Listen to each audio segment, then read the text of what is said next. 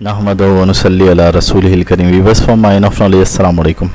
برکت اضافے اور خوشحالی کا نام ہے. جب کسی تھوڑی سی چیز میں برکت ہو تو اسے زیادہ کر دیتی ہے. اگر برکت کسی چیز پہ ہو تو وہاں برکت کے اثرات واضح اور عیاں ہوتے ہیں.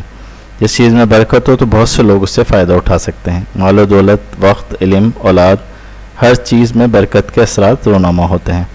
برکت و خوشحالی اللہ سبحانہ و تعالیٰ کے نور اور اس سے حاصل شدہ مثبت توانائی سے حاصل ہوتی ہے.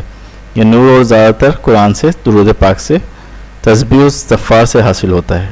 درود پاک و استغفار کی پابندی سے بھی خوشحالی اور برکت حاصل ہوتی ہے.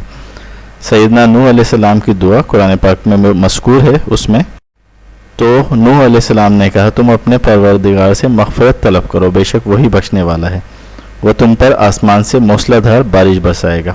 وہ دولت اور نرینہ اولاد کے ذریعے تمہاری مدد فرمائے گا.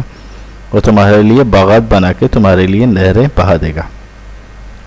برکت و خوشحالی کے لیے کچھ آیات اور مختصر قرآنی صورتیں. ایک حدیث میں صحابہ علیہ رضوان کو سرکار مدینہ صلی اللہ علیہ وآلہ وسلم نے تلقین فرمائی ہے. جو ہر شخص کو جو دولت مند بننے کا خواہش مند ہے غربت سے نجات دے کے خوشحالی عطا کر سکتی ہیں.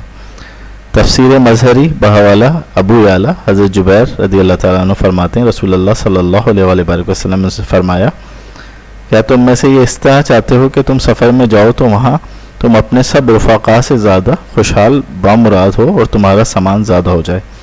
انہوں نے عرض کیا، یا رسول اللہ، بے شک میں ایسا چاہتا ہوں. آپ نے فرمایا، آخر قرآن کی 5 صورتیں، سورہ کافرون، سورہ نصر، سورہ اخلاص، سورہ فلق اور سورہ ناس پڑھا کرو، اور ہر سورہ کو بسم اللہ سے شروع کیا کرو اور بسم اللہ پہ ہی ختم کیا کرو. حضرت جبیر رضی اللہ تعالیٰ عنہ فرماتے ہیں، اس وقت میرا حال یہ تھا کہ سفر میں اپنے دوسرے ساتھیوں کے بالمقابل مفلس اور خستہ حال ہوتا تھا. جب رسول اللہ صلی اللہ علیہ وآلہ وسلم کی اس تعلیم پر عمل کیا تو میں سب سے بہتر حال میں رہنے لگا.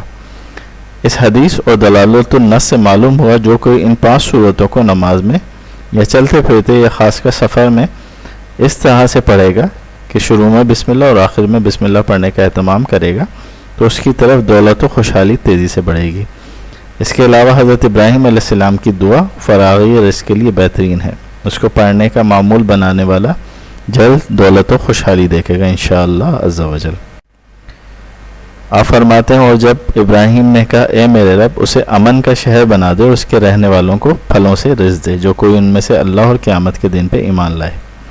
وَإِذْ قَالَ إِبْرَاهِيمُ رَبِّ اجْعَلْ هَٰذَا بَلَدًا آمِنًا وَارْزُقْ أَهْلَهُ مِنَ الثَّمَرَاتِ مَنْ آمَنَ مِنْهُمْ بِاللَّهِ وَالْيَوْمِ الْآخِرِ. اسی طرح ایک اور دعا رزق کی کشادگی اور خوشحالی اور برکت کے لیے جو مسنون ہے، احادیث مبارکہ میں آئی ہے. یہ وضو کرتے ہوئے پڑھنا بھی مسنون ہے اور اس کے علاوہ بھی اس کو پڑھ سکتے ہیں. دعا یہ ہے، اللہم اغفر لی ذنبی ووسع لی فی داری وبارک لی فی رزقی.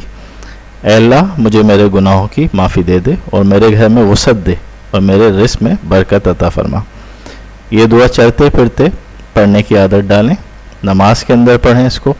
اتحیات کے بعد بھی اس کو پڑھ سکتے ہیں. اتحیات کے بعد درود پاک پڑھنے کے بعد اس دعا کو اپنا معمول بنا سکتے ہیں. اسی طرح نماز میں یا غیر نماز نوافل کے اندر سجدے کے اندر جا کے یہ دعا پڑھنا اور اس کے نتائج بہت زیادہ بہترین ہیں اگر سجدے میں جا کے اس کو پڑھا جائے. اسی طرح نوافل کی نمازوں کے اندر اس دعا کو بار بار پڑھیں. سجدے میں بھی پڑھ سکتے ہیں اور رکوع میں بھی پڑھ سکتے ہیں. سجدے میں اس لیے پڑھا کریں زیادہ سے زیادہ دعائیں کیونکہ سجدے میں اللہ سبحانہ و تعالیٰ کے لیے سجدہ ایک بہترین عبادت ہے اور اللہ تعالیٰ کو یہ عبادت بہت پسند ہے. لہٰذا سجدے میں انسان اگر دعا کرتا ہے تو یقیناً وہ قبولیت کے نزدیک ترین ہوتا ہے. اور درود پاک پڑھنا کبھی نہ بھولیں.